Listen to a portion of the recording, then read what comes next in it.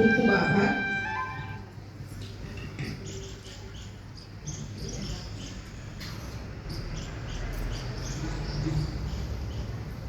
પહેલા તો નમસ્તે બધાને. મારું નામ ડૉક્ટર દીપ્તિ કોરડિયા છે. હું આમ તો મારો વર્ક એક્સપિરિયન્સ 15 થી 17 વર્ષનો છે. પરંતુ આપણે જે આજ પ્રોગ્રામ નિમિત્તે ભેગા થયા છીએ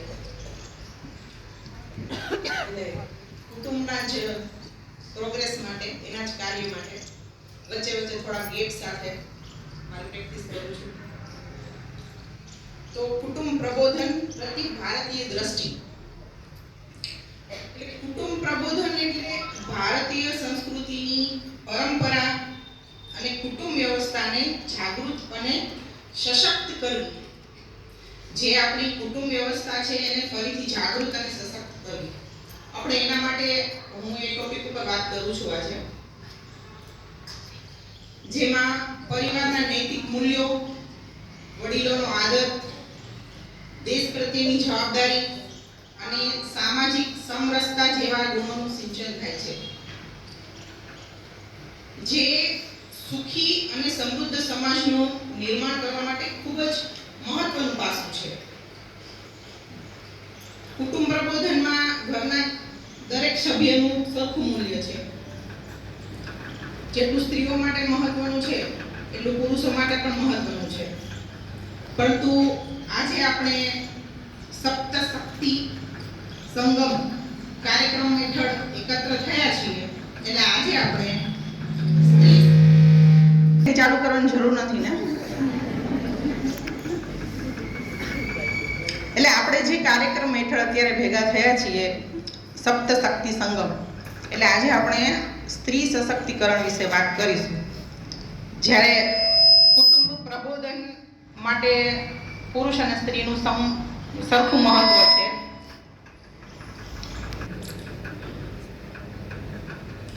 એટલે આપણે સૌ જાણીએ છીએ કે યત્ર નારીયસ્તુ પૂજ્યન્તે રમ્યન્તે તત્ર દેવતા.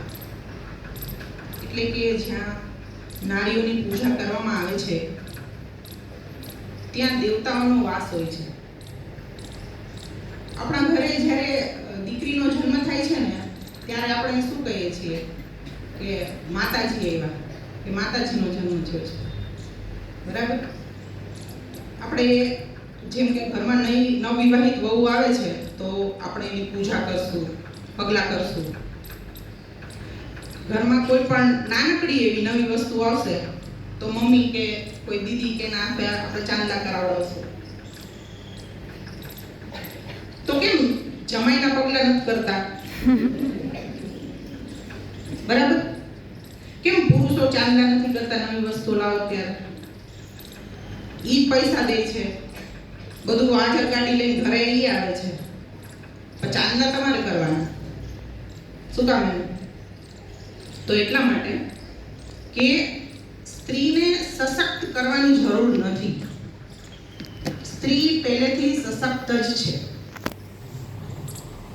ફિઝિકલી અને મેન્ટલી.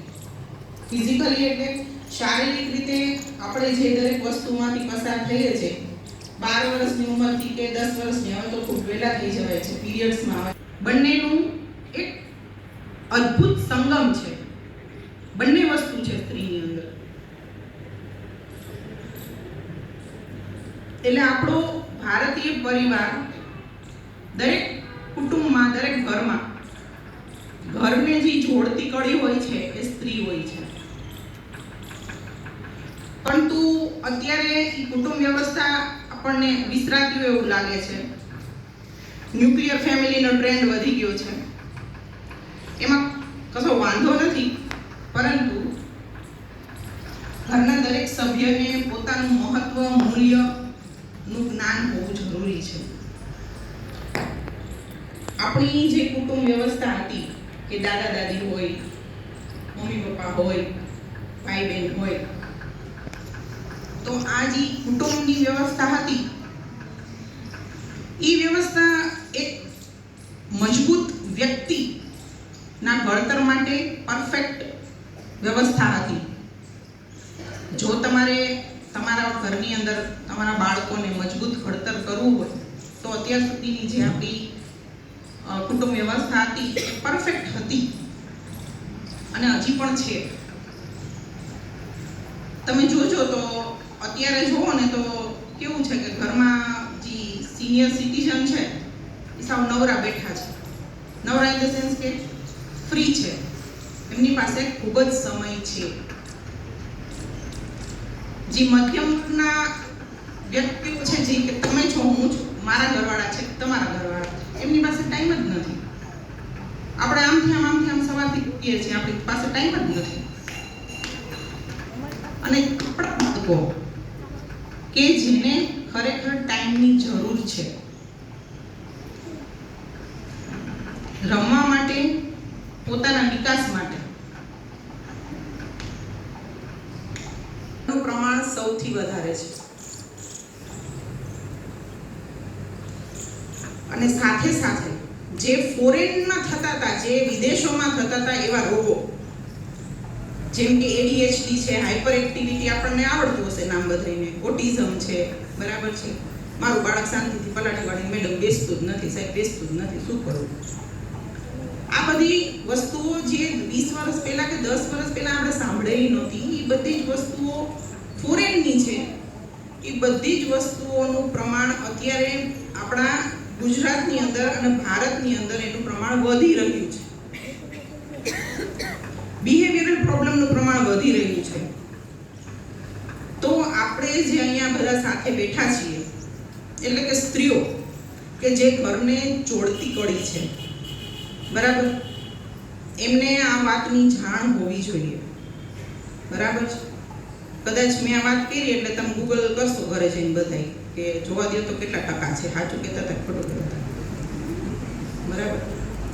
પણ કદાચ ટકાવારીમાં થોડા ઘણો ફેરફાર થાય, બરાબર છે, પરંતુ આ સત્ય હકીકત છે. એટલે awareness is the first step to change. મતલબ કે જાગૃતતા એ પરિવર્તનનું પહેલું પગથિયું છે.